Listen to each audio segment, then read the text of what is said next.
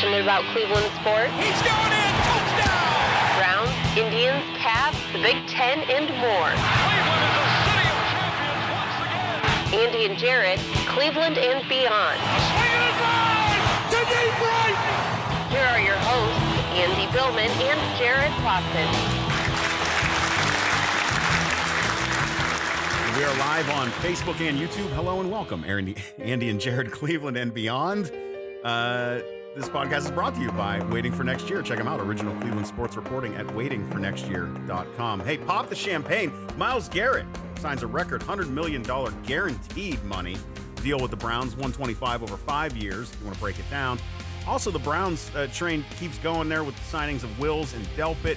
That completes their rookie class contracts for the team. Plus, what do agents think of Andrew Berry? Well, an article in The Athletic discusses what they're hearing from agents. And finally, and I mean finally here, we're almost to opening day with the Indians. Now, what are they going to do? Well, I don't know. We'll go into a deep dive with the tribe and figure some things out. And what to make of college football in 2020? I'm not holding my breath. Nope. But first, your contract signing. Cleveland Browns. Cleveland Browns. Hi, everybody. I think this open to the show is really how this day has gone for poor Jarid Watson and myself. It's been a steamroll of a day. I am just shot, and I know Jarid is too. It's been a long, long day. I think this quote says it all from Myles Garrett. Cleveland, keep betting on me. World, keep betting against us, end quote. This is a big day for the Browns. We have been through these draft picks that have come through the door. Insert Justin Gilbert. Insert Johnny Manziel, obviously. Insert David Njoku, who's about ready to leave town. We've had so many first-round draft picks come through the door. Even Joe Hayden stayed a little bit. He's not here anymore. For the Browns, probably the first one since Hayden, to really have a guy that's worked out play this level. This is a big deal. The contract itself we'll get to. For us as Browns fans, this is a big deal. You know, we don't talk about it enough, and I'm going to talk about it here to lead off. He is the best player on his team athletically. He is the guy on this team that's been the most consistent. I've been hard on him at times. I know you've been hard on him at times a little bit. But to be fair, this contract made a lot of sense. We've been talking about and harping on it since April. I'm glad they did this. And by the way, for people who were saying, why would Myles Garrett do this? In a COVID-19 world, take the money. Yeah, take the sure thing. Yes. I just think it made so much sense. And I can't get over this. This is a big day for the Browns. To draft someone, see him develop, and Jared him coming back for 5 more years, great day. It's a great day. Well, here's the deal, Andy. There's some folks out there who still think that this might not necessarily be the best move for the Browns, and their arguments are that Myles Garrett hasn't performed to the best of his ability in their minds, right? He's shown up, but he hasn't taken over a game. And I know you've had those feelings in the past as well. But we can give excuses here that to me are at least legitimate. Coaching. Right? Coaching, to me, is at the core of all of these issues with all of these young players who have not produced in the maximum way that they should be producing. And that includes even Nick Chubb. Nick Chubb had a hell of a season, but could we have gotten more out of him? Absolutely. Exactly. Look at how much bitching we do about the fact that he wasn't on the field in times where he should have been, in third downs, True. other people getting carries, passes behind the line of scrimmage that we wondered, why the hell is that going on? Why are we not handing the ball to Nick Chubb? So when you look at a Myles Garrett and over the time that he has been with the Browns and how he has produced 10 sacks in 10 games last season, and maybe might have hit some dude in the head with a helmet, but besides all of that, to me, this is a no-brainer. Signing somebody who wants to be here, who does more than just play on the field, who also cares about the community. And again, in a time where there's so much uncertainty, then you make things happen when you can. And that's what the Browns did. Good person, well thought out, well spoken. I listened today to his Zoom conference with the press. He's very well thought out. There's no question, and I'm one of them. He did not play to his highest ability at times on the field. Absolutely. What he did, we talked about this in the show, so we'll belabor it again. what he did in the Steeler game was deservedly so, getting kicked out for the rest of the year. He's now paid his penance and he's now back. This is all about upside. At the same time, all that said, if you are going to be a winning organization to do big things, you need to keep Myles Garrett around. He is a leader. He is a good person. You need these people, the Frankie Lindors, the Kevin Loves, Myles Garrett. You need guys like this in the city. You need these guys on your team. He is too talented of a player. Is there a chance for this to blow up in the Browns' face? Sure, but that could be anything like this. If you watch Myles Garrett and you watch his disruption on the field, look, all that to be said, if you go, what's one game? Watch the Jets game on Monday night. He dominated, and he still could have played better. To me, it just tells me, Jared, you're going to say to a guy, I think his still hasn't reached his ceiling. Yeah. Why would you not sign a guy to a long-term deal who's physically gifted, who I must admit, the one thing I will say about Garrett, every year he's improved. Even with what happened in the Steeler game on the field, every year he's improving. Why would you not? And if we're all being fair and honest, Garrett is a guy that can win you a game, and he can take over a game if he plays up to his highest ability. You got to sign him. It makes way too much sense. He can do it, and with the potential of the other side of the field there on that defensive line, if we see an improvement on the other side, that will help him as well. Let me ask you this, Andy, and this is something I've been thinking about. We talk about long-term contracts. We talk about the risk there. This is a 5-year. I like the 5-year. I don't like going any longer than a 5-year. And that includes in baseball, where we see the decade-long signings. Now, Patrick Mahomes, in my opinion, is a way riskier deal than what we have done with Myles Garrett. No? My argument with that is, you got 5 years. If there's a bust in any of that, okay, whatever. Shit happens. You got a 10-year deal with Patrick Mahomes, who has proven himself more than Myles Garrett has to this point, right? And is at this point the core of that Kansas City team. So I understand locking him down long term, but I still don't think signing players for anything beyond 5 makes any sense to me in any sport, and that includes football, and that's where I stand on that. I agree with you about the years. Here's something else about Myles Garrett. When he was gone, that last 6 games, the Browns defense had a very hard time getting off the field. I mean, Dolphins game to both Bengals games to the Cardinals game, they just could not get off the field. He was the closest thing to their identity that they had on the defensive side. He was. There's no question. If you are going to win big, you have to make signings like this, and you have to make signings to say, hey, we're not just going for a good signing and make press. We're going for big wins. In the NFL and in baseball and basketball, when you draft players as your number 1 overall pick, and we've seen this in Cleveland, forgetting your first round pick, he's number 1 overall pick, and he leaves town, that would have been the biggest gut punch. We would have been pissed. We would have been pissed off and angry and all that stuff. For Myles to sign, it takes a load off. It takes a load off of mine. And again, for people out there, I think they're wrong this time. You cannot wait post-COVID for bigger contracts. Take the money. Don't fuck around. Yeah. This is stuff you don't know what the world's going to be like in 2021, 2022. Hey, 2023 could have come back, sure. But are you really going to wait on that kind of dice roll?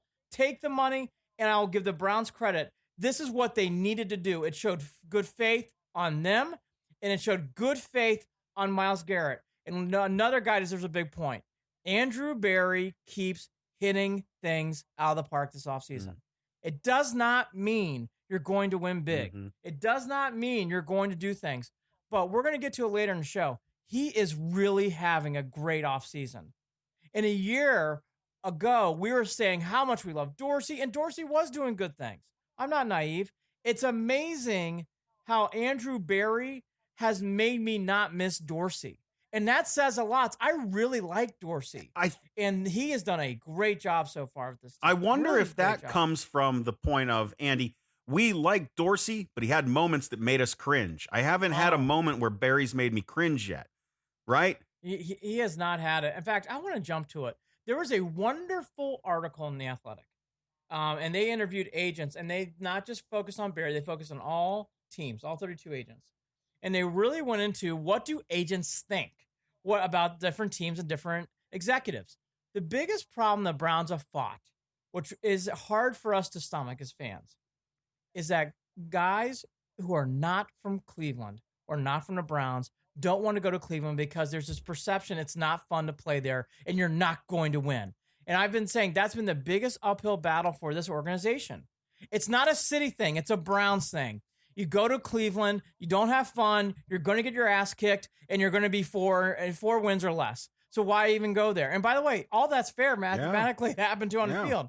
So for Andrew Berry, he had to battle things uphill with another upheaval. Here's what people are saying. Agents loving Berry so far. Turning the culture around the league. Quote, I think first-year general manager Andrew Berry is a great mind. On a personal level, I like him. We have great conversations. I just think the way he deals with people, he's football knowledge. Smartest guys in the game. Two of them out of 32. So all these different agents, two of them thought Berry already is one of the smartest guys in the game. Folks, they are saying very, very positive things about Andrew Berry. And this is not just other owners or other GMs. These are agents. And that is something Cleveland Browns have fought for way too long. This article is proof in the pudding. We're starting to develop, Antonetti type vibes. We're starting to see the road where people might want to come to the Browns. That's good. The Antonetti type vibes is a great way to express that, Andy. I know Browns fans are nervous and hesitant anytime they hear comments like this because they compare them to the past. I get that, but we really have to pay attention to the nuance of the situation, in my opinion, where, first of all, let's recognize nothing has happened on the field yet. Got it. Done. No. We're not there. But We are not saying saying that this will translate into a 12-4 season and the Browns going to the AFC Championship game. We're not saying any of that. What we are saying is we like what we see in this moment in time in the present, and the present is what we are focused on. It's different, right? We were anticipating the future last season. We were ready to get those guys out on the field, ready to see these offensive weapons, ready to see what Freddie would do, mixing it up on the field, ready to see everything that Dorsey had put together. And we were ignoring some of the blatant things that should have kept us worrying, which, I mean, you can go all the way back to the Seth Wickersham article and talk about that. Yeah. You're right. By a good point. So we were ignoring a lot back then. Now, we're not ignoring the possibilities of the future of the Browns, but what we are saying that is currently in the present, this is the right way to go. They are on the right path, and it is being validated and verified in important mediums like The Athletic. When you have other agents who have a GM who's only been on the job since January, saying things like, we think he is one of the smartest guys in the game. Out of a 30 to 40 agent pool that they did, all anonymous, 2 of the votes went to Berry. He hasn't even done anything. They haven't even done anything on the field yet. I just think the perception in the Browns is finally changing, and you can feel it. In a COVID-19 season, going into training camp, it's great to feel good. Yeah. It's surprising, and I'm liking that. I'm not saying, but to what Jared alluded to, last year, oh God, we were all, read the Ringer article. We were fucking excited. Don't read the Ringer article. We were high. I'll read it. I pulled it back up. It makes me cringe. We'll autograph it for you later on. Like, look, my mom has it on her refrigerator. Look, I just love the fact that this is how it's gone, because if we were to roll it back after the shit show in Cincinnati, and we all knew what was coming, give this organization credit. They've dealt with changing everything again, having to go through an offseason where there is no offseason because of the pandemic. Right. To go through all these challenges, here the Browns are. And the challenges have been so calmly handled. Yes. Andy, here's some challenges. Here's some challenges. Overcoming your own ego as a coach and wanting to bring in all of your me guys, all the guys that you like, and getting rid of some of the players. Olivier Vernon restructuring his deal. Yeah, smart. That is right. And by the way, that's another Berry point. Just great. I know where you're going. Right. We've talked about this, I think, in the past, Andy, where none of these guys are coming in acting like they know better. They That's just right. are doing things that are telling me, all right, this isn't normally what some of these guys do, but you can tell it's because the egos are being removed. They're Yes. being contemplative. They're being contemplative of what is already there, what they can work with. They sat down with all those players to know, to know their personalities and whether they wanted to be around them. This is the way to go, Andy. Not destroying it because you got a new staff, not building all over again, not casting Baker aside because you think, oh, Yep. well, you know what? He's ruined because of the other coaches. No, you're working with it and recognizing all of the positives that are coming with this team and just making tweaks here and there, and fixing some of these things. And I just hope that it translates on the field whenever that fucking may be. But I hope it translates. That's all. Subtle moves like Vernon, to your point, is echoing loud in volumes to you and me. And hopefully it does other Browns fans too. Because this organization, if you would have told me back in January and given just the off the field global news, I actually would have said, you know what, hold our ankles and just hopefully we just get to 2021 because this is going to be awful. Yeah. And here we are. We're talking very positively. They've done everything to what they can. They have controlled this as best as they can.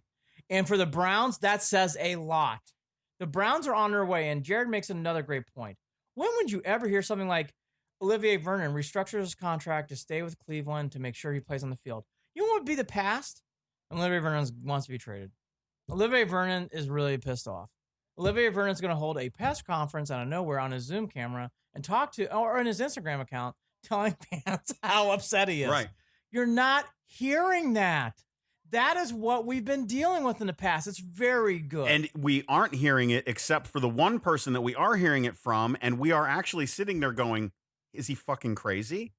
Is Njoku crazy? What does he think? Goodbye. He's on his rookie contract. Where does he think he's going? Bye. What does he think's going to happen? No. See ya. Now, other years, Bye. I think that fans would have been bummed out in a way of, see, there you go again. Can't even keep your rookie contract kids happy. No. I don't think I feel that way at all right now with the way that the situation looks in Cleveland. It looks like he's being an idiot with this decision. Now, granted, maybe there's something that I don't know. David, I don't know. Maybe I don't understand something. But I'm telling you right now, to all of us on the outside, it looks like a piss poor decision on your part to not want to be a part of this and actually earn your way onto the field and maybe even earn yourself a contract elsewhere down the road. He actually may have the chance, to what Jared's alluding to still play with the Browns and play well. Yeah. Now, we'll have to see. And by the way, the one thing I didn't get into last show that I want to get to in Njoku, out of all the times, why now request a trade after you go through all that? You're in Zoom meetings. You're talking to the team. You haven't even stepped on the practice field. You know why. And you know why. And by the way, you even been having rumors where you're throwing the ball around with Baker, and now you want to do know it? why. Just silly. He's being selfish. Garrett's, It's a me thing. That's what that is, Andy. I'm sorry. There's nothing else. Yeah, that's true. It's a me thing.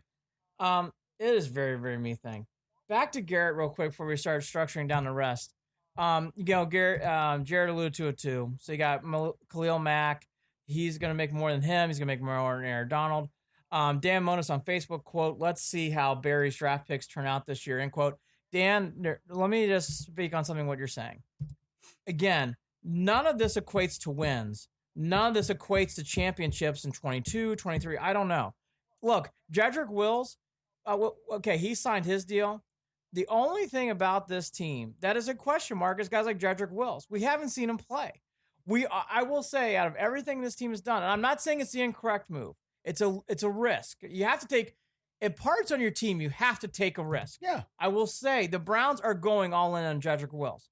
He hasn't played it down yet. Sure. He hasn't been to camp yet, obviously. So that's putting a lot of risk on there. And Dan's right. If Jedrick Wills stinks, we're going to be sitting here complaining about it in October. And we're going to be sitting here yelping about it. Now, if Delpit stinks, we're going to be talking about that too. If they can find ways to recover from these things on the field too, Andy, that says a lot too, right? No, different. We're going to have to, overcome adversity on the field whenever that happens. Now, here's something else I'll say to Dan. The one thing, though, I'm starting to go away from in all sports is expecting draft picks to be great. Nope.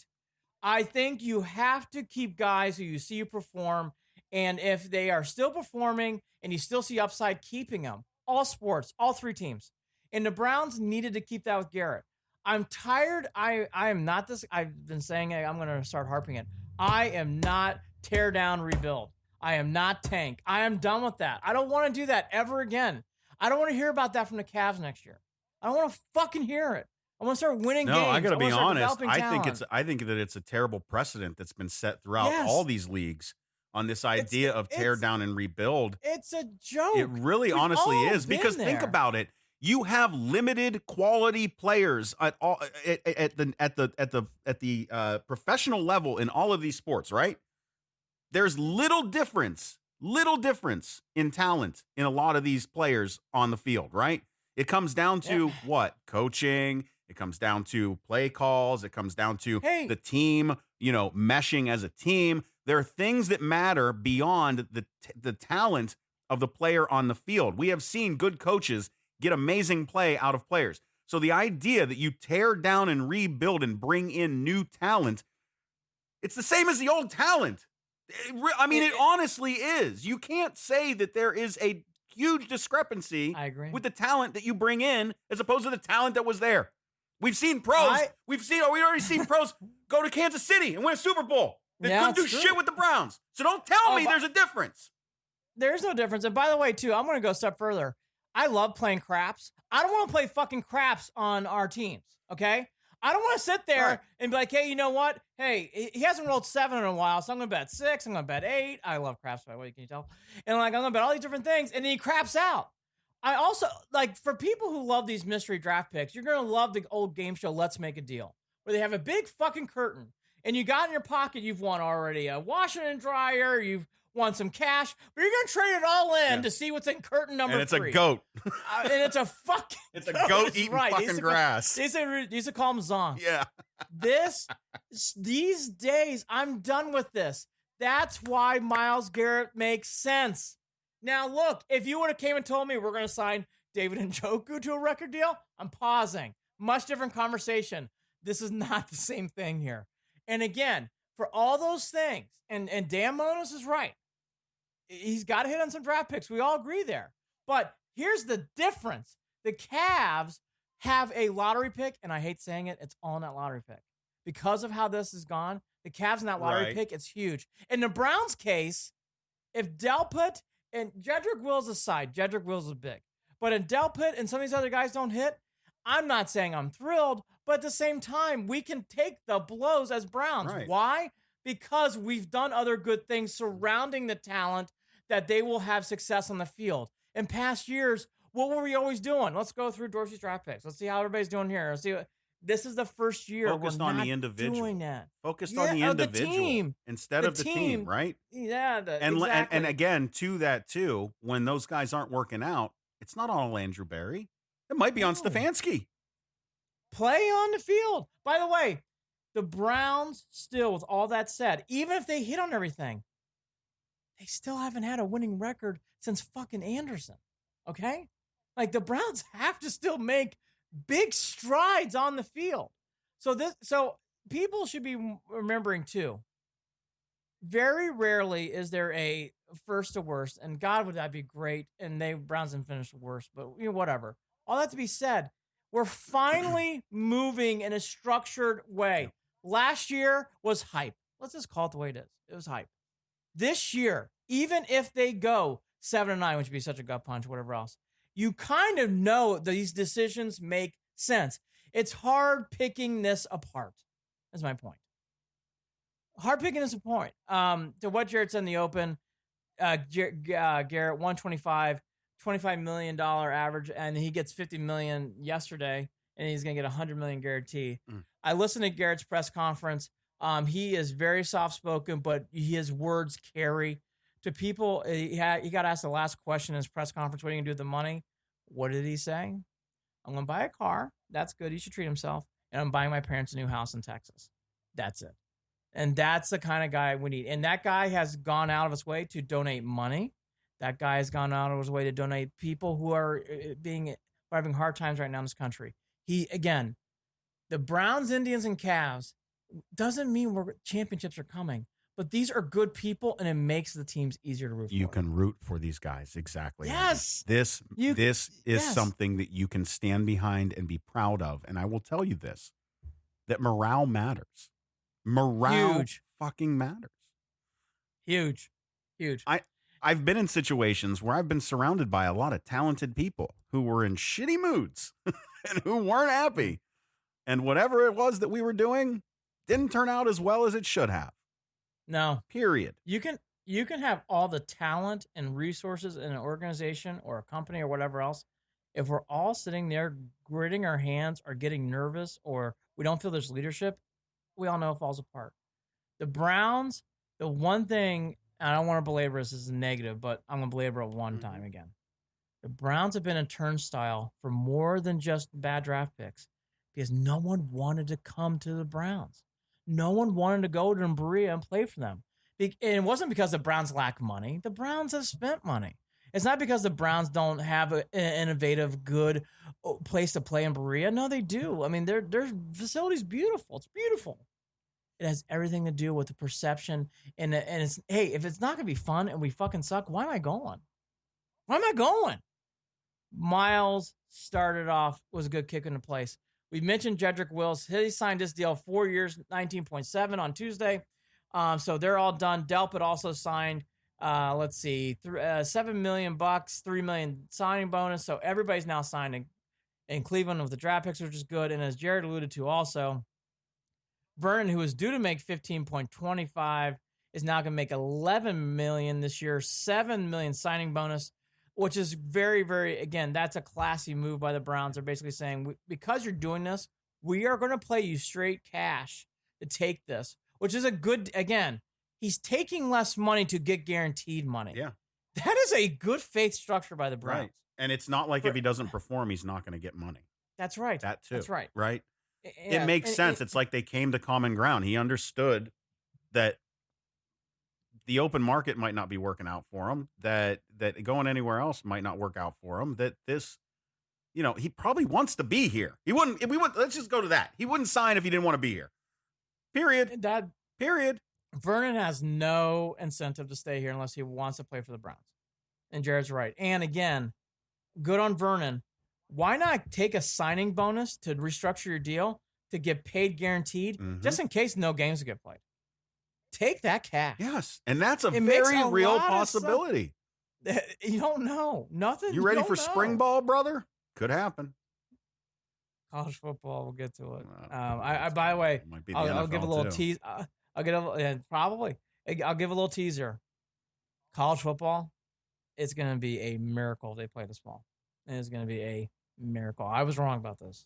It's going to be a miracle. Some of the other things that came up in the Athletic article, the two things that were a bit, nitpicky, the questionable off signings is one of the questions. The Browns came up twice in this. Austin Hooper, they thought they overpaid, which we all talked about. They overpaid to bring a guy in there. By the way, with what's going on with Njoku, that signing makes a lot of sense. That's a good risk play.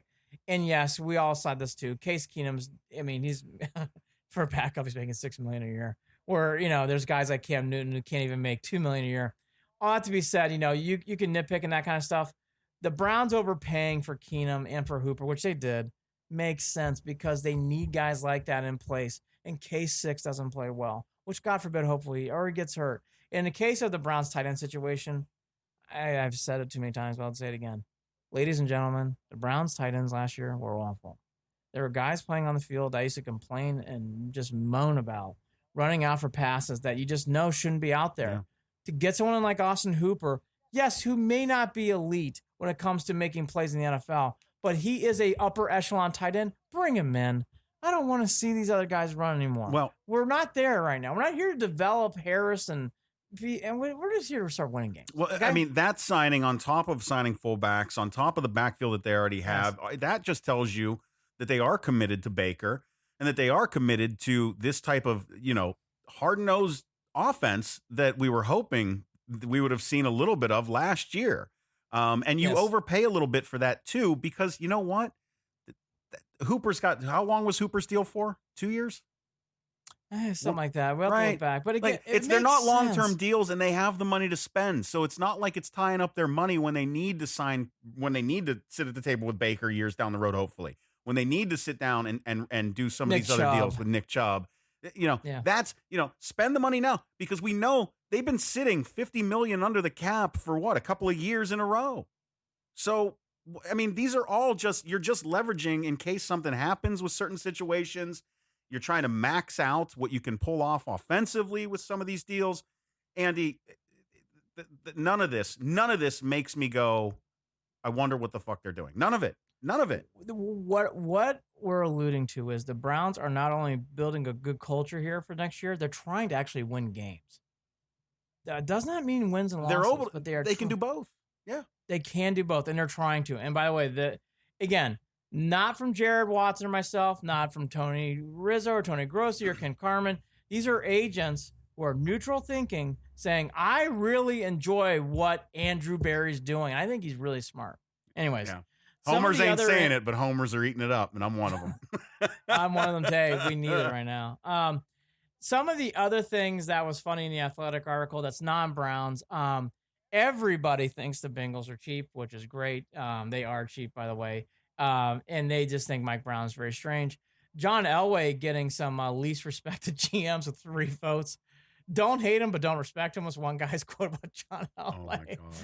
Oh, my gosh. Now, and this is my other favorite quote about Elway. Now that Bruce Allen is out, John Elway's up as the most least respected GM in the league. So good to see that. It made you feel good. And then I love when they get anonymous quotes like this from high ups in the league. And speak then, freely. We won't use your name. It's all good. Right. It's funny shit. And if someone put, look, everybody, we all know Belichick's very bright and everywhere else, but as they mentioned too, the quote from one agent, the Patriot way is hard to deal with.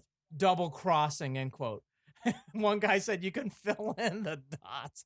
I mean, look, all that to be said, it's just good to get all the stuff. It's good to feel good. It's a great article for people who have the Athletic subscription. I wouldn't make the time to read it. OBJ did something on YouTube. He talked about how he's feeling. Let's get into some quotes from him. Quote, "This is how I feel. I'm tired of playing your game. Like me and Cam talk about that humble shit. When you're inside, like we are humble men. But they've taken that to that humbleness as a weakness. And they're shit on us. It's crazy to me because when you're up and you're talking, they hate it. And for me this year, I'm trying to kill it. Like that's it." Yeah. End quote. His blonde hair is also back. For people who like that kind of stuff, so his blonde hair is there. I know there's some people who like to be the trends of the league. All this to be said, it feeds into this narrative, which I think is going to play a role this year.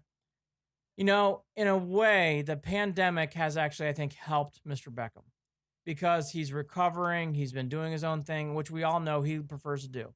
Now, he has to perform on the field, which I thought he did last year when he was injured. If he's healthy, I get the feeling Jared is going to have a big year this year for the Browns. He has a feeling he is too.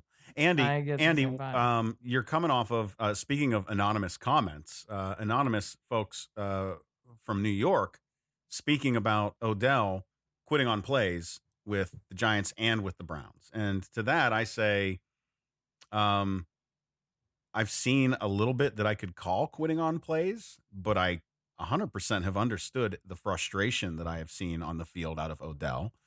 It makes a lot of sense when you look back at last season and how that offense was run and the mess that it was, that he came there hoping to make big things happen. He knows he's the big signing in Cleveland. He liked being there. He cares about the city. He enjoys being there. He's made comments in the media saying he wants to be here. So this quitting on plays bullshit, look, when you play on a team that doesn't have their shit together and you find yourself as, this elite player in any league, you're going to get pissed. You're going to get pissed. And he's not necessarily in a leadership role, right? I mean, it's just not. It's not necessarily who he is.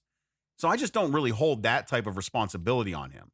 What I hold on him is, can he perform when shit's hitting on all cylinders, and can he bring us touchdowns and wins, right? I mean, that's where I'm at with Odell. That's where I'm at with him. I'm not going to put a ton of responsibility on him in any other form. I think that the young wide receivers on that team will go to him. He takes care of them. He has shown that. He doesn't do it out in the open necessarily all the time. He did it with guys who didn't make the team last year. So there's no reason to shit on Odell. Odell is who he is. And he understands who he is, and he does that to the best of his own ability. I'll leave it at that. Landry is, Yes. as I said before, is the soul of this team. Yes. Landry Correct. gives it out on every play. Does Beckham check out on a couple plays a game? Yes, he does. Does Beckham have some moments that really make you scratch your head? Yes, he does. Yeah. Does that mean that I don't want Beckham on the team? No, it doesn't. I do enjoy Beckham on this team, and he's very athletic freakish. Did some things not go his way, and he had some moments where it made you like really cringe? Yeah, I saw that for sure. Absolutely. Now, if this continues, I'm going to start going in that narrative, and I get it. Yeah, I want to give Beckham a second chance here. I think he can really play. All that to be said, all those criticisms that come from the Giants, I kind of wash away that stuff because when he was on fire and the Giants were going to the playoffs, you never heard that Beckham stuff. No, of course not. So my point is, when the Browns are playing well, I get the feeling you won't hear this stuff. Right. I think this stuff is noise as long as the Browns struggle. And does he bring attention to himself? Is he going to wear some cleats? Yeah, I know that. Yeah, he is. He's going to bring that stuff. But in sports, I have learned those kind of guys can actually bring more camaraderie. We had him for the Cavs. Yes. J.R. Smith was that dude, okay? J.R. had moments. God forbid that awful timeout in 18. All to be said. I still stand by him on that. Go ahead, though. I love J.R. Smith. I love Odell Beckham. It doesn't mean he's perfect. If you want to nitpick Odell Beckham, you can. You can do it. Right, you can. And referees have done it. We know that prior to games, the whole shit with the reflective visor and stuff that we saw other players not get pulled for. Oh, that's like the bat flip thing. But I mean, that's my point. Like, come on. When Big Papi was playing, Big Papi flipped the bat better than anybody. But who did they get on? Yasiel Puig when he's playing for the Dodgers.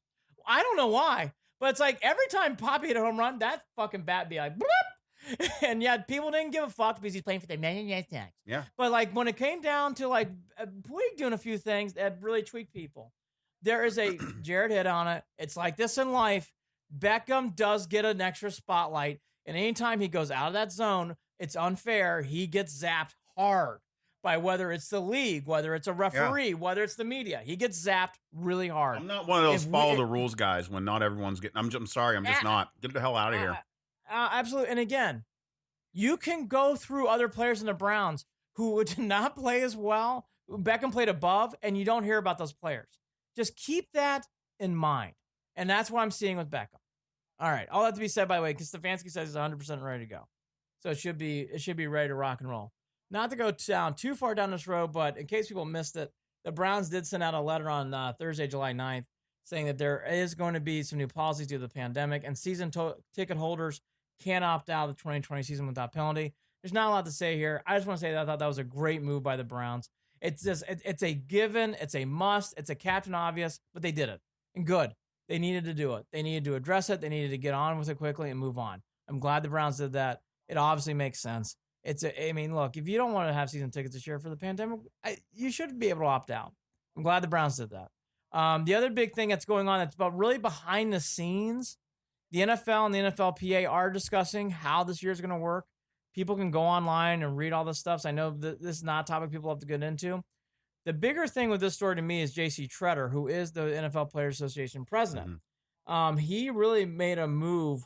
I'm trying to think. It was like a week ago. So it was like Tuesday, July 7th, something like that.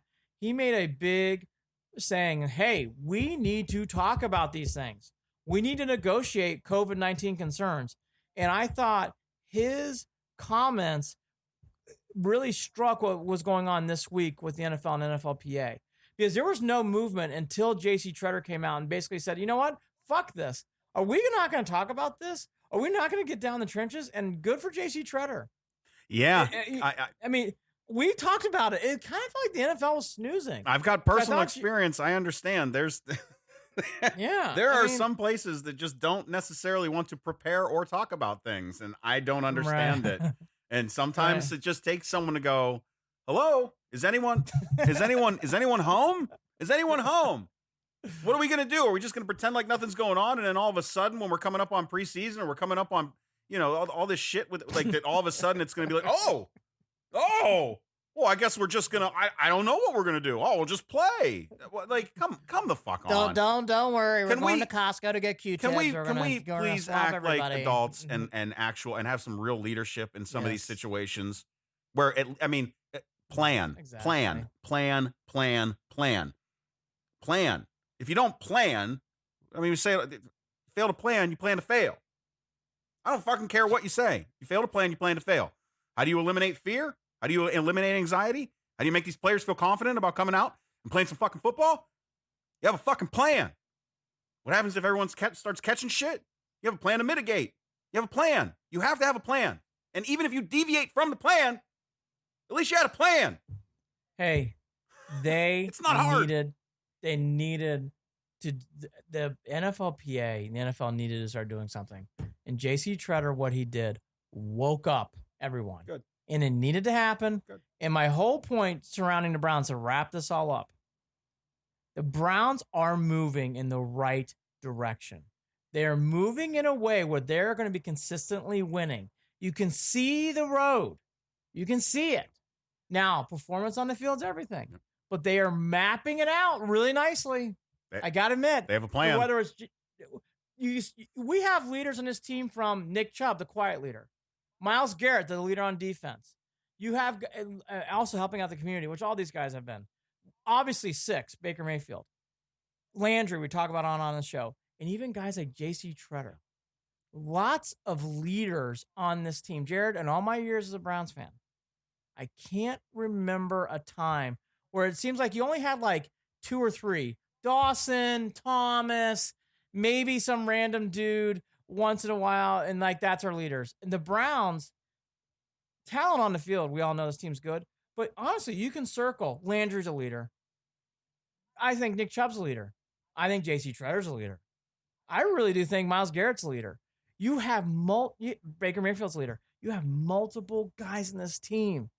That's a great sign, and the Browns need that, especially with what they're trying to do and getting this into a winning culture. Mm-hmm. It's good to see. Love it. Love it. This has been great. Now, from here on out, it's more about when can they get on the field. Yeah. The good news about all this is, and I'll end it on this note before we get to the tribe. The good news about all this on the field is, compared to baseball, the NFL players and the NFL owners want to play. Both sides want camp. Both sides want to play. So there's a common goal there. This is not MLB. This is not even some of these extremes we've seen. So I don't want to make out like, oh, they're bickering and arguing. No, everyone wants to play. And in fact, from everything I'm reading, fans are an option. They're just trying to get games on the field to play. So that's way in the background. They're just trying to get games to play. As Jared Watson freezes again. Poor Jared. He's having so many internet I can hear issues you. tonight. Can you hear me? The poor guy is just really, really having a hard time. But we'll keep talking as we wait for him. So that's the Browns. And again, I can't state this enough. Love what Myles Garrett, the signing. That made a lot of sense. It's good for Garrett, too. He needed to take the cash. And the biggest thing that I can't get over with this team is how Andrew Berry, in a short season, has really given the Browns everything they wanted and more in the offseason, where they really did in a normal year. You would be saying to yourself, well, maybe the Browns are not just the Browns surviving and getting the 2021 draft is our goal. That would be the normal response. Right now, the Browns are more saying, we're trying to pave the way. We're actually trying to lead the way in getting back to on the field stuff. And it's great. The winning culture's there and everything else. I'm going to text Jared Watson. Poor guy's having unreal issues. But again, I just think right now, he is having major internet issues, which is hold on, I'm going to text him. I can't text and type. I don't know if anybody's out there. Cool. He's going to be back in a second. So the drum roll, please. Now, one more thing about the Browns, actually, too. I think this year there's not going to be any preseason. And I will say the one thing that I am curious about this team is Stefanski going into what will, I think, this will be right off the first game of the bat. I think we need to be patient as fans.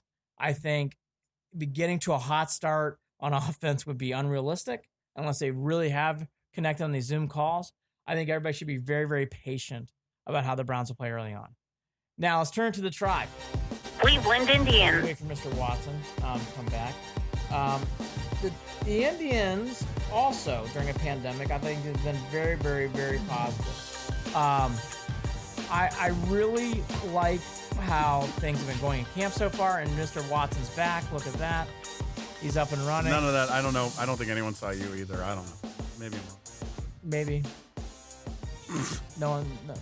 This is the struggle of COVID-19 life. When I mean, we could blame it on everyone being logged onto the internet. I'm plugged in. I'm hardwired, Andy. This is a connection. This is the company that is providing this service is failing me at this moment. I'm not going to put them on blast, but we'll get through it.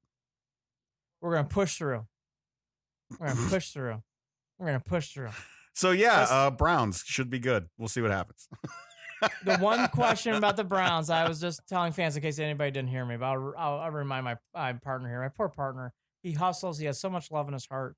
And the poor internet, he's taking sticks and glue and trying to build a house that's, that the big bad wolf's going to blow down because of the internet. Every 30 minutes. Every 30 minutes. So we have basically 30 minutes till the show ends.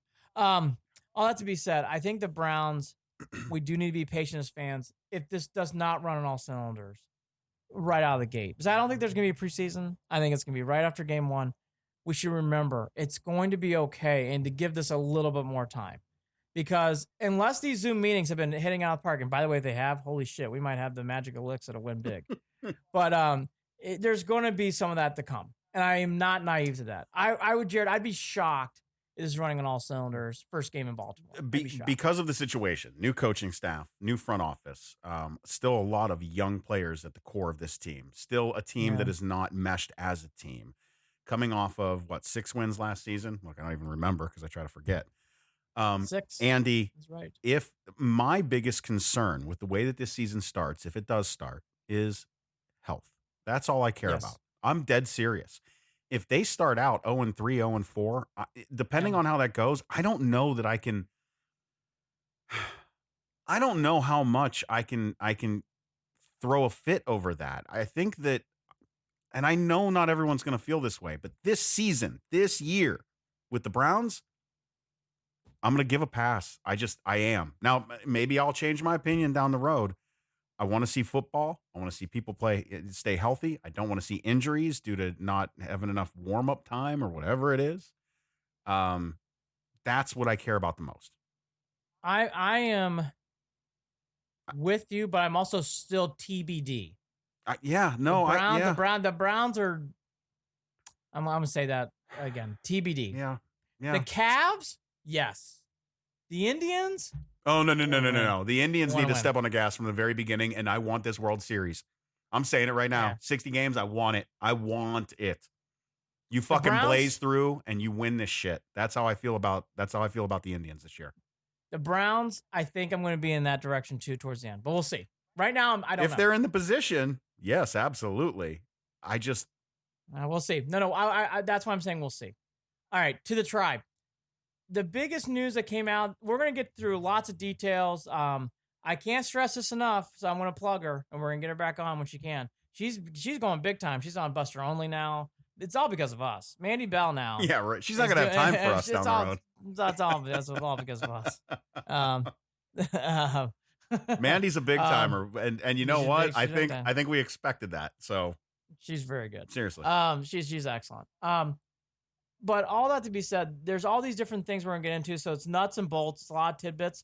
But the big story that kind of got buried is Lindor batting third. So it really does. Tito alluded to it.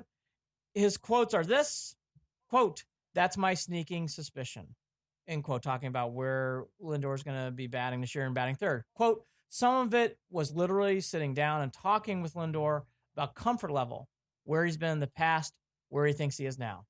He was quick to say, hey, I'll hit anywhere you want. which I appreciate, end quote. He went on to say some other things. The big thing that's kind of come out of this camp is, here's your top 4. Sounds like Cesar Hernandez, who's a good, consistent hitter, who everybody fucking laughed in the media about that signing. Cesar Hernandez is a good player. He's not great. He's not sexy. He's going to be batting leadoff for the team. Not such a bad signing now, is it? Right. He's batting leadoff for your team, and he's a signing. There were zero expectations with that signing, correct? There were... Except for us. I like that sign from day one. He's a good, consistent player. I couldn't figure out what the problem was, especially when you're coming off of Kipnis. Could you... Okay, let's do it this way. You want Kipnis leading off, or do you want Cesar Hernandez? Love Kipnis? No. Love Kipnis. I think that's a simple answer right there. No. Love Kipnis? No. Cesar Hernandez makes a lot of sense. That sounds like it's going to be Cesar Hernandez, Carlos Santana, Lindor, J-Ram batting in the 4 hole. Here's my only comment I'll say about this again. Top 3, cool. J-Ram's got to hit. It's a lot of expectations on J-Ram hit. And by the way, I know. I got to be honest. Coming from my years on the diamond and watching J-Ram and understanding kind of the struggles that he had last season and finding himself a little bit, and him being, an emotional player and feeling a lot of that pressure, and you could see it outwardly in how he played. I'd rather see him as a 6 or 7 hitter. I'm not lying. And I mean thriving at the 6 or 7 spot. Thriving, like batting over 300 and still hitting bombs in the back half of that order. That's how I see J-Ram. I'm 1,000% behind you. That's why I alluded to that comment the way I did. Now, is there a hopefulness Santana batting? Go ahead. Cleanup. Reyes batting cleanup? Absolutely. J-Ram batting cleanup? You're going all in, so I get it. And he can carry a lineup when he's hot, but I agree with Jared. Allowing him to bat 6 or 7 where he's thrived in his career. Now, when he gets hot, you move him up, and he keeps hitting. But I would start him off 6 or 7, let him get hot, then raise him up. All that to be said, he's a veteran now. He knows his role. And again, if the Indians are going to be successful big time, I'm not naive. J-Ram playing well and hitting 4th makes a lot of sense. I just think it's a lot of pressure for a guy. I hope he can. I love J-Ram. I'm such a big fan of his.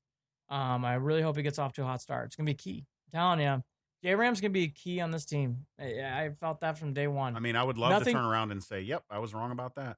Oh, God, me too. Nothing when Lindor coming re-signing of the club. I do want to bring that up for one reason. If I were the Indians and seeing what I notice around me from just down the street there in Berea and just seeing what's going on in baseball, I'm going to start harping on this. I think the Indians need to knock on Lindor and his agent and start talking things out. I think as the season continues, this is going to become more of a story. And I think the Indians need to get ahead of it. It's not a story yet. I think it's going to become a story as we go along. And if you are non-Clevelanders for everything else and you read things in a paper, you know what the second or third story is how fast is Lindor going to be traded. And it's just building. You can just feel it. It's just building. Yeah, and a lot of that talk, Andy, again, I'd say slow it down. I think there's a lot of people that need to pump the brakes when it comes to that. And it comes down to, again, the uncertainty of the future. Again, to me, is setting up for something to work out with the Indians and with Lindor. Now, I could be way wrong, but I still think it's at least 50-50, if not 60-40 in the Indians' favor. That's bold, but I think it's there. Because I can't get a read on this situation at all right now. Yeah. Positively or negative. I have no vibe, which I don't know if that's good or bad. I have no vibe. I don't have any vibe. Mm-hmm. If you're asking me pre-pandemic, Lindor's gone after this year. Oh, yeah. Right now? Yeah, no, absolutely. Right now, I don't have a vibe. I just don't know. I really don't know. It's really weird. Because usually guys like that, you usually have like, hey, he's not going to get re-signed, trade bait's coming. Hey, they're going to make some attempts. You just don't get any vibe with him. Right. Don't get any vibe, which I think is bizarre. On Tuesday's scrimmage, which would have been today's 16th, so that's the 14th. The biggest story that, again, is quiet is Bieber has looked dominant so far. There's another young man who we'll get to later who's also looked dominant. But if there is a number one, according to Mandy Bell and others, Shane Bieber looks ready to go. Carl Willis quote, I mean, obviously, I think he did a tremendous job striking out 10 in a scrimmage on Tuesday. During the time we were away of maintaining what he started in Arizona. Quote for another one from Willis, obviously the intensity is going to pick up when we start face teams that aren't wearing the same uniform, if you will. He got a little upset tonight with maybe a few check swings that maybe weren't called. We didn't have an umpire at third base. He's definitely competing, and that's important. If you're reading every day, if you had to rate, I'm going to hide him. If there's a number one, it's Bieber. Bieber has looked like it's already in mid-form. We knew it. July. We knew it. Oh, we knew it. We knew it last year. We knew it. Yes. We knew it. Yes. My guy, Karinchak, also looked great the other night, too. So he's playing well. Very excited about both those two guys. The bigger story that's kind of coming out, which if you would listen to us 2 or 3 months ago, Plutko 4, probably Savali 5, Plesac in the back end. Plutko's had a rough start so far to this inter-scrimmage stuff. He did not pitch well earlier this week on Monday. He allowed 3 runs on 27 pitches in the first inning. He got tattooed hard, according to Matt Lode, who's an SI. We should bring him on. Matt Lode's a very good man who's surviving cancer, and he does great work for Sports Illustrated and Indians Insider. Very good stuff there. Plutko's struggling. Well, so let's talk about this for a second, Andy, because the Indians need to have a 5-starter rotation on a 60 game season, right? There's going to be teams that are going to be experimenting and doing different things. Some teams are going to be leaving their starters out there for as long as they can because they're not getting the innings that they would in a regular season. Some are going to be flipping it around and throwing, relievers in there. I mean, you can't even necessarily say that teams are going to be playing it like it's playoff baseball. Especially with the idea that you got to leave guys in for 3 batters. But at the same time, there's the possibility that some of these guys are running on I mean, now granted, this might be crazy. A 3-man rotation is possible in a 60-game season.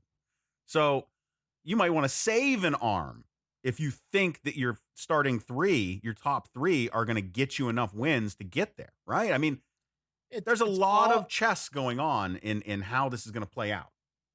What's interesting about the Indians overall being fair, the starting pitching is so good to great that Jarid makes a lot of sense. And here's the backup that it's not bad. The bullpen it's okay. Cool. So does Plutko help solidify that bullpen? That's my point. Right? That's what I'm alluding to. Like on previous years, you'd be like, oh my gosh, Andrew Miller, let's roll out Cody Allen. Like, don't worry about that. This year, for being fair, starting pitching is really going to rule the roost on this team. So whatever you got to do to get them to pitch successfully with your starting pitching out there is great. Plutko goes to the bullpen, cool with that. Plesac was impressive, and, I harp on it. I'm going to harp on it again.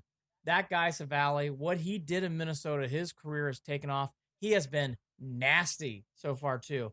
Savali sounds like he's going to be the 4, and it's down to Plesac and Plutko for 5. There you go. And Plesac's good. I agree with Jared. The biggest thing with this team, outside of lineups hit tweaks, and we haven't really gotten a vibe yet, it's been hard to get a vibe, is the bullpen. I'm not saying I'm worried about it, but it's like Lindor's contract. It's a mystery. I just don't get a vibe for it. I don't get a vibe. I've been reading all this stuff.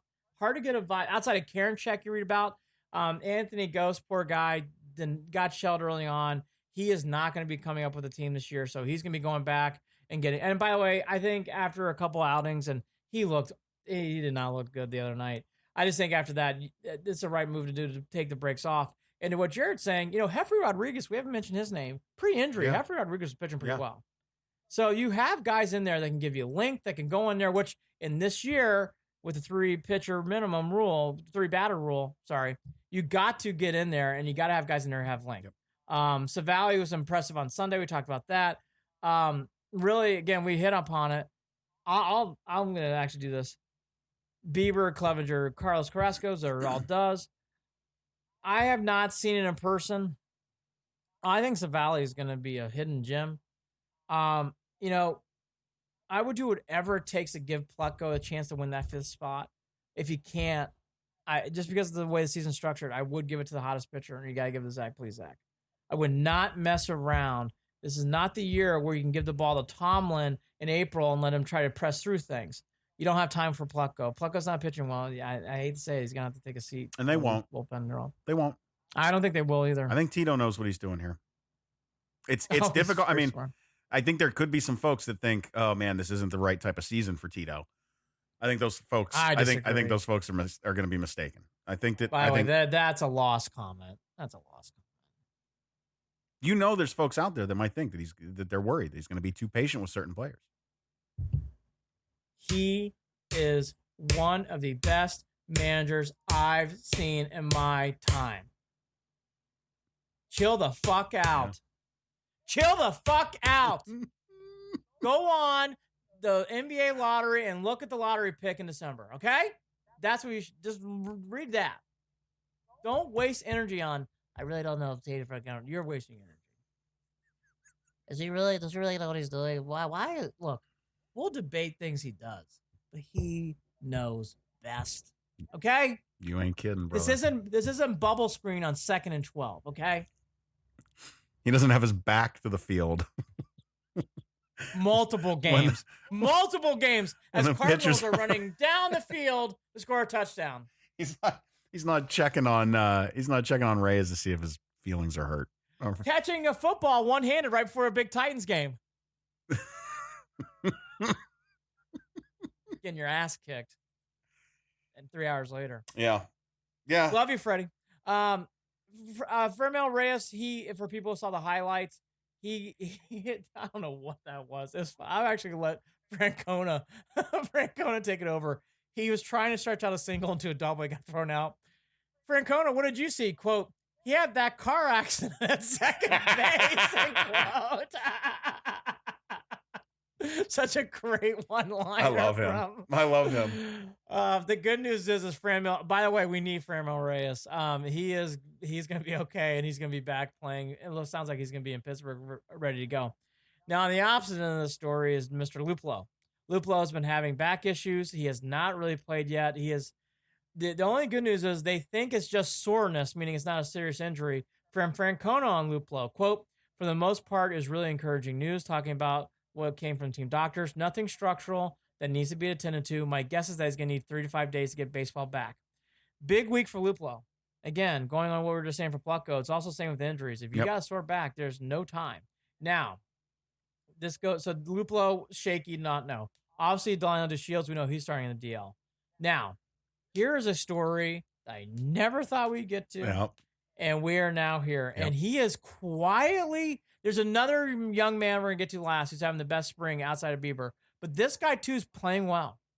It's Bradley Zimmer. Yep. Bradley Zimmer's quietly playing well right now. And it's actually getting to the point, as Mandy Bell pointed out, so you can go to Mandy Bell's article. It's getting to the point now where a lot of people who are inside think Greg Allen may not make the team, and Jake Bowers, and Zimmer will. That's how well he's playing. Taking advantage of the moment. He had another home run again last night. Playing well, Jared. He is really, I mentioned this, and I threw it out there. You in life sometimes have opportunities. I mentioned this podcast. I'm like, this is an opportunity for Zimmer. Well, he can finally regain it. We know that Bradley Zimmer was asked to do a few things last season that he decided not to do, or was it after this season? Was it last season or after this season? He did not want to play Arizona ball. He decided he needed to take the winter off to focus on himself. And Tito really thought that was a bad idea. And if Tito thought that's a bad idea, Andy and I automatically went, oh boy, Bradley's in the doghouse. Bradley's publicly, he said this. Yeah. Publicly. Yeah, exactly. This wasn't behind. Yeah, right. And so, and we know how Tito handles things. So we know how to read into what he's talking about when he says this stuff. That made me think, that's it. Bradley's finished. I thought it was dead man walking to him. It's amazing. In opportunities in life, he's had such a bad run here. But here he is. You have an opportunity. Greg Allen's not playing so great. Got some injury bugs too. Delano DeShields has COVID-19. Here's your chance to step up and make the team, and he's taking advantage of it. He's actually pushing to make the team over Daniel Johnson, who in the first scrimmage game was the player of the game. Right. Zimmer's playing well. Well, I will say this Keep too. Your eye on this. In these, this is the same thing, Andy. This is the difficult thing. This isn't these games don't count. I know. These games don't count, and that makes it, I mean, these are going to be dangerous decisions. Dangerous decisions. Because if you come out of the gate 1-7, you might be finished. Right? 1-6 even. By the way, even as soon as you said that, I went, oh, God. Oh. Right. If you make the mistake on the team, on position players, on batting order, on J. Ram batting fourth, on Bradley Zimmer taking a position. Yeah. That's going to change it. That's going to change it big time. And there's no, well, that's okay. Let's just stay at 500 until we get to the All-Star break. Let's stay within 6 back. Like, no, that does not work this year. No. If this was 2020 normal spring training, Zimmer would be in Columbus. Yeah. Plutko would be your 4. This is not normal. Even how he's playing right now. You've got to get off. I mean, Zimmer's playing well. You can tell if you read the stories every day. Zimmer's playing well. Mm-hmm. He's standing out. It's getting to the point where it's being discussed now, and I'm rooting for him. And here's a quote from Francona: "There's some wild cards that make it a little bit more difficult," alluding to Zimmer, like Bradley Zimmer, a guy that we absolutely love. We love his skill set. The kid hasn't really basically played much in 2 years, but here he is, making plays. Watch the Bradley Zimmer story, and I would not be surprised if he makes his team and he just tears it the fuck up. He better tear it the fuck up. He'd better. Hey, again, I mentioned it on a hell podcast. of a story, man. I mentioned it for a reason. Life throws things at you for reasons. Yeah. And I thought Zimmer had a chance, and he's taking it through. Outside of Shane Bieber, who had Yu Chang having a great summer camp? Who had that on their bingo card? Me. Oh my gosh. He is. There was a great quote. I think it was from Clevenger. He goes, "That Babe Ruth, Yu Chang is hitting the crap out of the ball." I'm going to give you some things last week or a couple weeks ago from Chang. Homer off Carrasco on Monday. Homer off Plesac on Wednesday. Homer off Bieber on Thursday.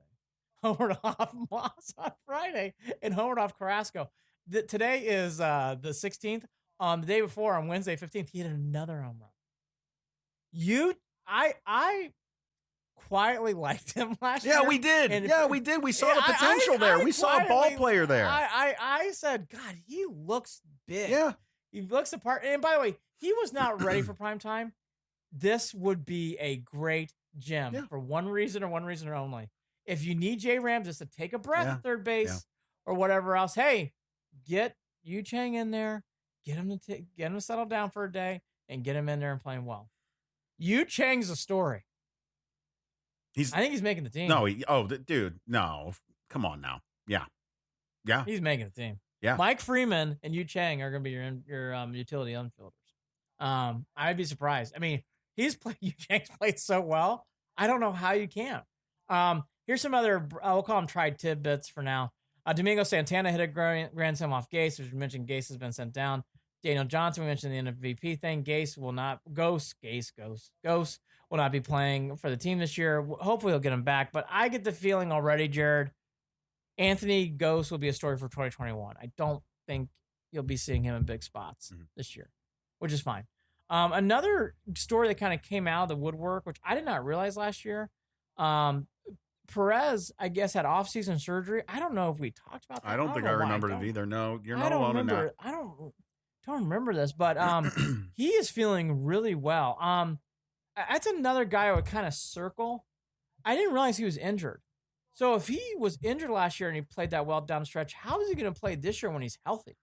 Well, and this is the thing, Andy, too, is, when we talk about this, when we talk about a Roberto Perez and forgetting that he had surgery and some of these things, and just the team, the more names that we sit here and that we discuss, even just in this episode, I mean, it's got to let fans know there's some real depth here. There's a lot of stuff going on with this team where you're like, oh, yeah, that's a bright spot.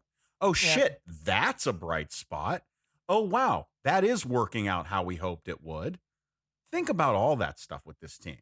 So if Roberto Perez comes back healthy and in better shape, What are we looking at here, Andy? The only thing that's a mystery outside of the Lindor contract, or what he's doing, is this bullpen. This bullpen, I have to admit. But again, you have guys fighting for starting roles. They are. Fighting for starting roles that might do really fucking well in that bullpen. Do you know what would make me happy? Put a smile on my face? Brad Hand looked nasty today. I haven't read that yet. I'd like to read that just once before the season starts. Once. Brad Hand, man. Oh my gosh, he's back. I haven't read that. All right, well, you're an asshole for bringing this down. Because I'm that guy who kind of goes, I hate to pull a little. Thanks for being a wet blanket. But I just want to say the bullpen is the only thing in all these news things I read outside of Karinchak and Anthony Ghost, you don't hear much about. Time will tell. Delano DeShields was placed on the 10-day injury list. He talked about his experiences. You can read the stories. He gave a very, very honest, raw. I give him credit. You know, a lot of players have not, and I would understand both sides. It's not easy to talk about something like this when you're just going through it and it's a global pandemic. But he was very honest and raw about his comments, about what he was experiencing, whatever else. I just thought that was really, really cool of him to talk about that. He was very honest about it. It wasn't fun at all. Again, you can read the story. Delano DeShields, the more I learn about him, the more I like him.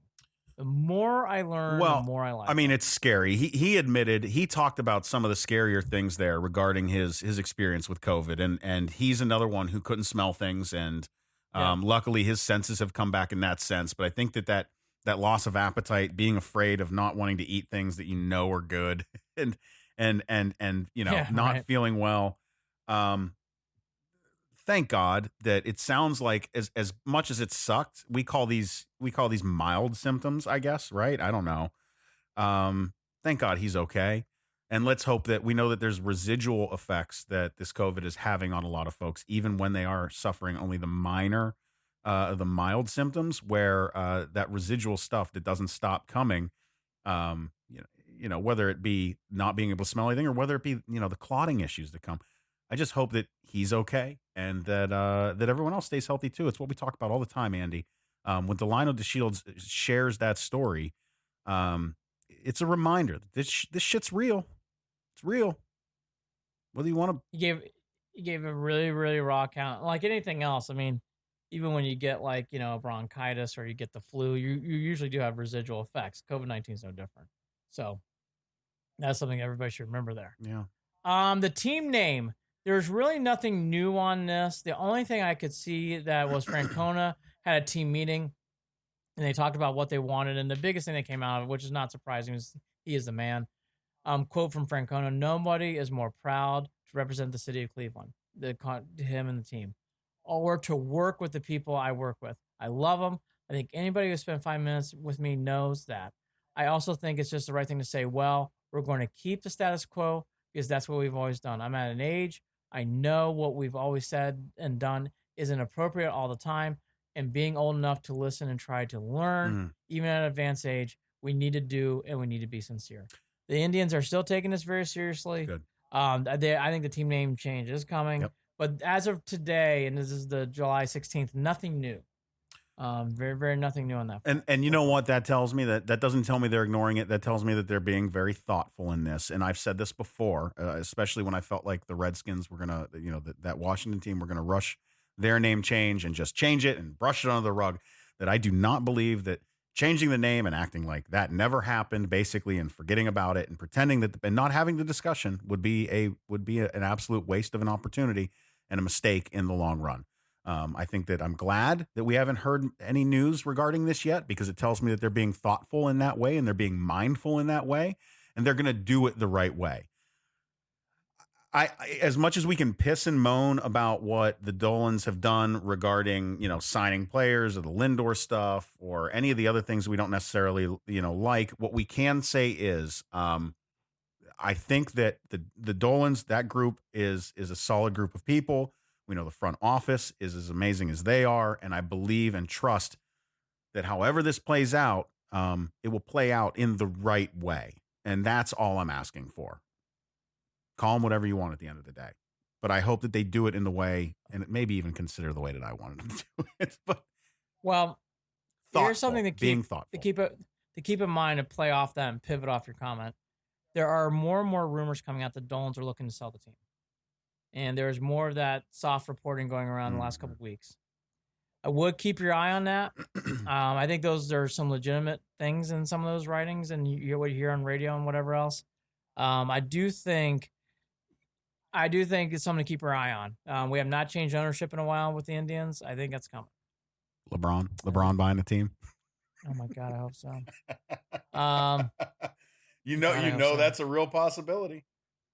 God, it'd be great, wouldn't it? For people who did not realize, the Pirates and the Indians are going to be playing games July 18th, 20th, and 22nd. They start this Friday. In fact, I believe the Indians start leaving tonight or tomorrow to head down to PNC Park. So they're going to make their way down there. So those games are all going to be on WTM, so you can listen to Tom Hamilton, which I can't wait. And then STO will have the broadcast on the 20th. I won't be able to see that. And then there will be, after that, they start getting ready for the season. Sounds like it will be an exhibition, but if you want a taste of baseball, that's going to be the closest thing you can get before Thursday. And that starts on July 18th on a Friday. Yeah, I'm ready for that too. Andy, it's been a long time. It's been grueling. It's been exhausting just waiting for some sports that we care about, Cleveland sports to be specific. So I'm looking forward to that because I've been so damn busy over the past couple of weeks that I haven't even been able to follow some of these scrimmages, and that's been frustrating for me. So as closely as I would like to, at least. So I'm really looking forward to that, and I know that everyone is, Andy. Have you ever itched for it as much as you are now? I can't wait for Friday. Can't wait. Can't wait for a Friday. Just can't wait. Can't wait. Now let's flip it here. There's some sports that are going to be struggling to even get out on the field, and we already know college football is that. That's it. So let's wrap up on that. Yeah. Jared Watson put on his genie hat and predicted the right thing here. I did not. I am now ready to go into the camp of him. I think they need to play spring football. I don't see how this is going to get off cleanly. This is the college sports in general, but specifically college football and college, I'll say basketball too, but really college football. Fans are more part, and students and alumni and family are more part of college football than they are in these professional sports. There's tailgating and there's stuff going on pre and post all these different professional sports. We get that. College football, if you walk around, no matter where it's Columbus, Ohio with Jared's hat, or West Lafayette for a Purdue game, or Fighting Irish in South Bend, or in Oxford, Mississippi for Ole Miss, to Tuscaloosa, there is tailgating, walking around, fans being. It's about the game, but it's almost about the event and the game itself. It kind of goes hand in hand, right? Wins and losses, everybody's bummed out, but it's about the event. Yeah. COVID-19, that's just not going to happen. Nope. It is just not going to be possible. It has gotten to the point where I think we're at a no return, and I actually think for the best of health, for the best of college football that we love and enjoy, I think they should, I'll use a football term, punt this to spring. I just don't see how right now they can get around it. And there's been one anonymous quote from an AD says, it feels like we're delaying the inevitable, and that's kind of the way I feel too. Well, and Andy, let's talk about this real quick. How many colleges, how many universities have a team out there? Have sports teams out there, and there is a loose, they're all so separated geographically, culturally, how these schools are run.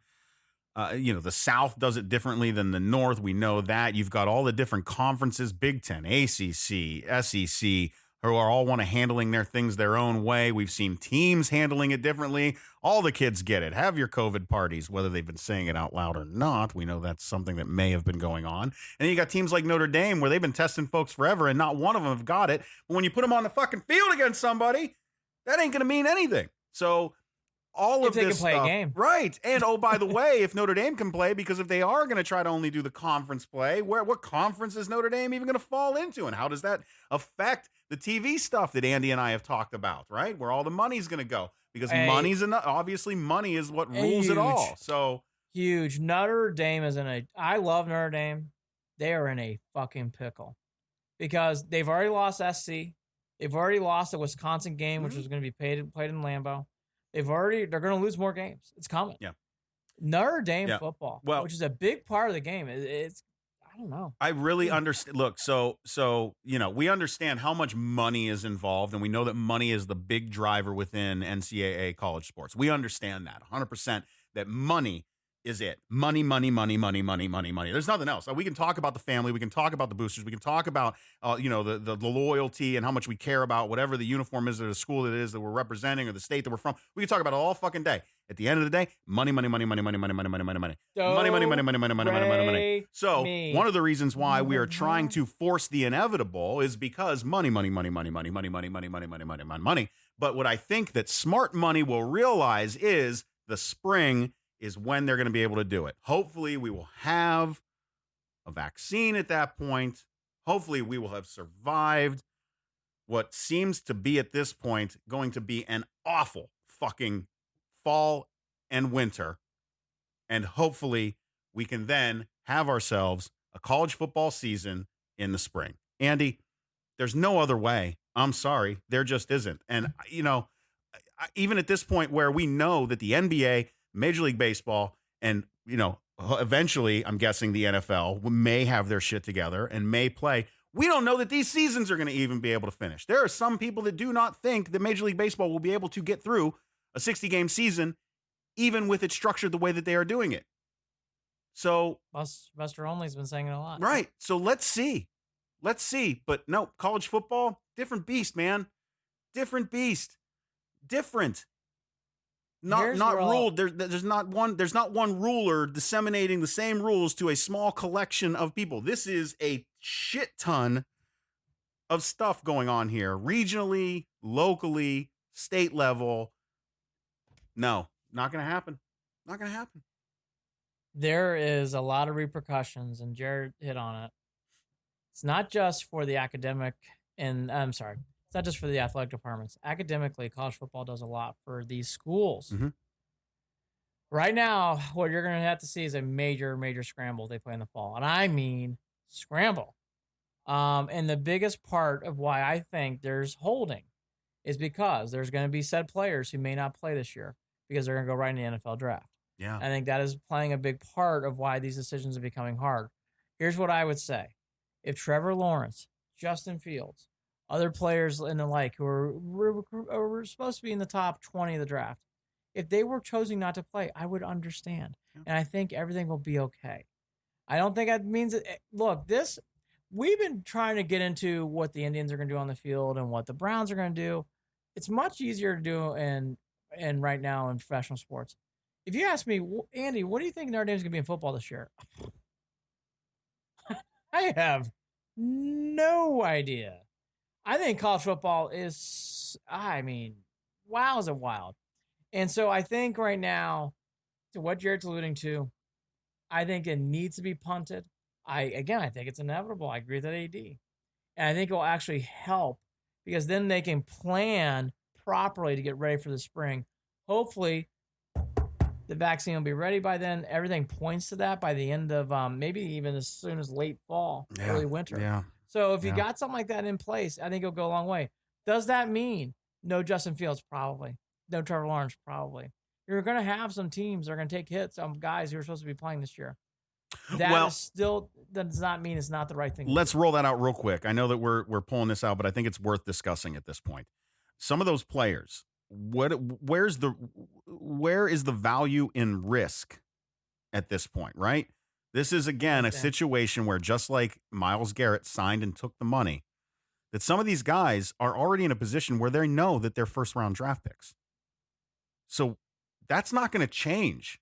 These teams, these NFL teams, are going to still need quarterbacks. They're going to still need position players. And those first-round position players are going to go. They're going to go. So why risk it? Why risk it? If this was going into a season where they sat out for the full season normally, that would bring up some questions. Right now, if they want to go, I get it. I get it. If I were Trevor Lawrence, and I know I'm not going to be planning on coming back my senior year, and I'm really, truthfully, if I'm being honest with myself, not planning to graduate, what am I doing? And why would you want to put the wear and tear on your body to then prep for the fall? For a season that looks already half-assed, just forget it. Just go to the draft. And that's even if the NFL ends up having to bump to the spring too. Which is, I think, going to play more than people think. I think Which, by the way, if that happens, I'm wondering how they will do it. Will they end up doing an abbreviated season for the spring so that they can do an abbreviated season in the fall to put things back on schedule? That's what I'm curious about. But again, we don't fucking know. We don't fucking know. Here's the biggest thing about both college and NFL. Ready? Regular season. Okay, let's say they both play in the fall. Get crazy. Okay, fine. Are you telling me teams are going to the Music City Bowl, going to the Rose Bowl? Are you telling me the Super Bowl is going to be filled this year? Keep that in mind with all the stuff that's going around. Yeah, this why game, okay? not pause it so that you can put asses in seats? Not? That's my point. I just think in the long run, baseball, basketball, I hate to say it, they can get through it. I really do think they can get through it. I think the NFL can, aside from the Super Bowl. Well, the number of games helps too. It does. And the fact that there's a lot of regional contracts in those. They're local-ish contracts and a lot of stuff with baseball. Correct. But I'll tell you this. College football, are we really going to get excited for an empty Rose Bowl between Oregon and Wisconsin this year? No, it'll feel like watching the Senior Bowl, you know? That's my point about this college football thing. I get it. But are you really going to send kids out when there's still COVID-19 running around, if that's the case, to these cities? I don't think so. I just think college football has got to get beyond the fall. They're better off. Much bigger thing. They're better off having local. And I've thought this makes sense to me. Why not have local skills challenges, local skills games where they, you know what I mean, the clever shit, and just air that shit on TV locally. You know, SEC Network would eat all that shit up with SEC quarterbacks, you know, doing some, you know, throwing balls and fucking barrel shit, right? I mean, you know what I'm saying? There's a possibility to do some things that are creative to make the time pass and still, you know, do something, right? Play it like it's golf, where you got a couple of guys that are doing great, right. But you know what I'm saying? Yeah. Like it's a couple of guys that are competing against each other, and it's a skills challenge. Stuff like that can be done. But you're talking about putting a full roster on the sidelines with the coaching staff and a TV staff and nah, sorry, hard pass. Not going to happen. I think college football is going to be played in the spring. That's where I'll land on it. As Jared Watson freezes up again. Poor Jared. The internet woes have really gotten to him. And look at that cute face of his. Just freezing on up. So what we'll do is this. I'm going to keep talking. I don't know if people can see me or not. Jared's now texting me now. Here we go. Jared Watson. Oh, my gosh. And this guy works so hard. And the poor internet, he's got sticks and glue, like I said. It's just not going to be his way. Kind of like college football. Sometimes you just got to pause or have a frozen screen. The Browns did the right thing with Myles Garrett. Everything is going well for the Tribe. Hopefully it continues on the field. This is just now me on a screen. And I think most importantly, we can I think this year for the Browns, you can finally see the culture changing, which is good.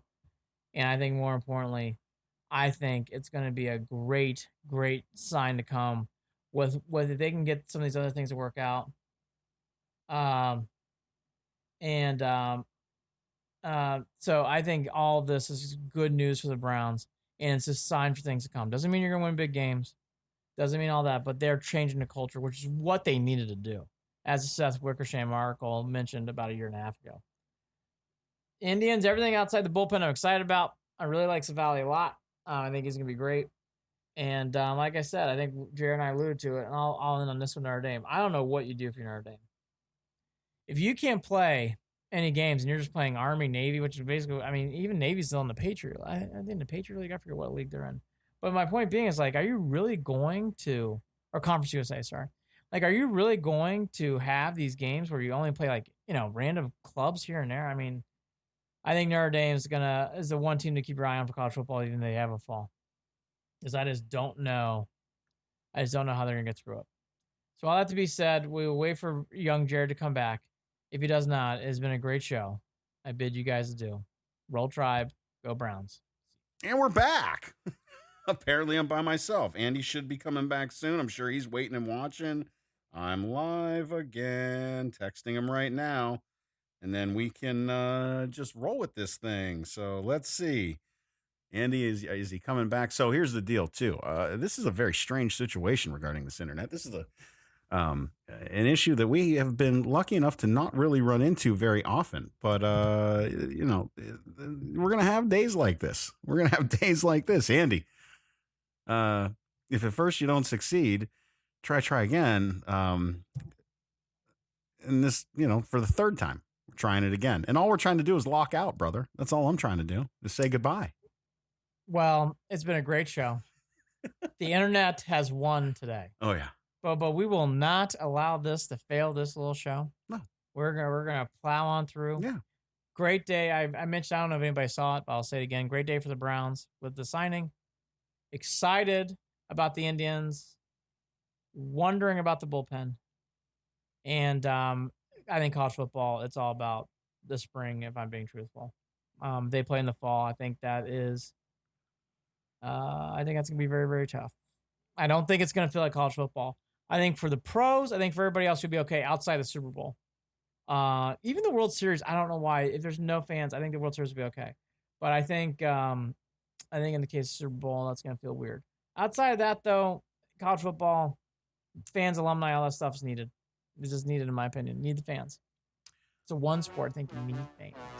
Follow us on Facebook, facebook.com/Cleveland and Beyond. Follow us on Twitter @CLE and Beyond. Shoot us an email at Andy and Jarid, Jarid, Jarid, @gmail.com. We are part of Waiting for Next Year. Check them out. Original Cleveland Sports Reporting at waitingfornextyear.com. Like I said at the top of the show, special announcement coming soon. We are a part of something new, and it's a good thing for the show. Andy, I don't know what you're doing over there, working with your tongue. You're not watching the video stuff, Andy. No, I did it on purpose. Andy was doing some. I don't know if you were trying to seduce me or what, but it was working, whatever it was. And also, if you listen to the podcast, you're not going to notice that the internet cut out 3 times during this live broadcast. But I'm telling you now, just to cover my ass in case there's something I can't cut, and then it'll make sense at the very end. He's Andy Billman. I'm Jarid Watson. Andy and Jarid, Cleveland and Beyond. Myles Garrett was a great sign. 5 years. Good for the Browns. Now let's translate that into wins. Take care. Shout out to Kaylee Water.